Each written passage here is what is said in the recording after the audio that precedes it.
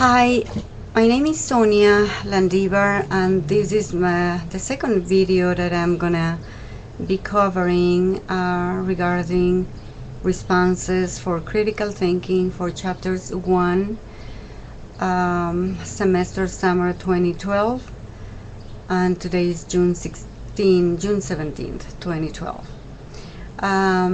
In chapter 3, there are 3 questions. The first one is to consider 3 of the major forces in psychology: behaviorism, psychoanalysis, and humanistic psychology. Which appeals the most to me, and which appeals to me the least, and why?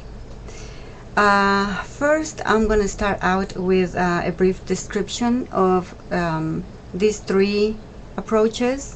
Behaviorism focuses its attention basically on the individual's behavior as a result of the environment. Behavior is more tangible, and therefore it can be measured, resulting in more accurate results and better treatments.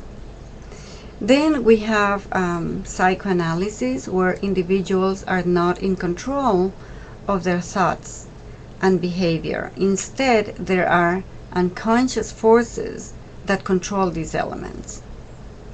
The third approach is humanistic psychology.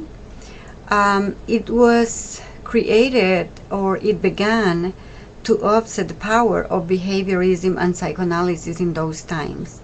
It believes in the individual's potential to make decisions by themselves that are beneficial to them.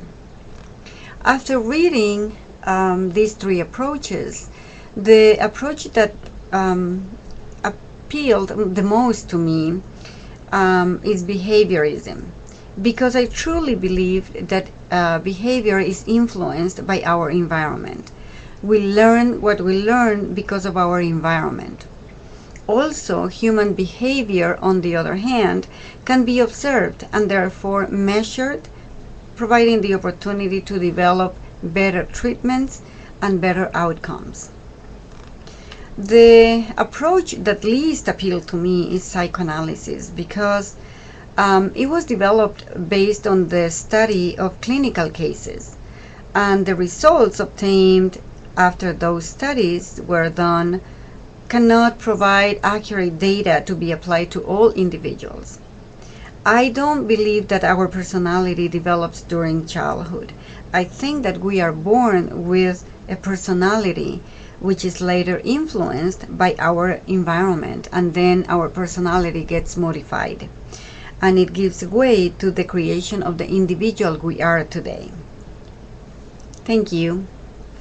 The second question says, suppose you hear on the news that a researcher claims to have proven that daycare is harmful to infants. How could you use what you have learned in this chapter about research methods to evaluate this statement?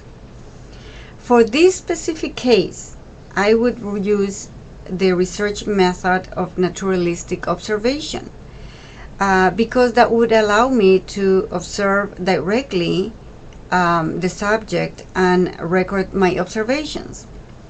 And then I can also review this information later. This method will really allow me to observe and record behavior in its natural setting, where all the events are actually occurrent right there, naturally and spontaneously.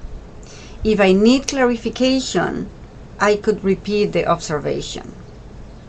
The third question for chapter 1, is if you became a psychologist, in which area? Developmental, educational, clinical counseling, social, and so on, would you specialize, and why?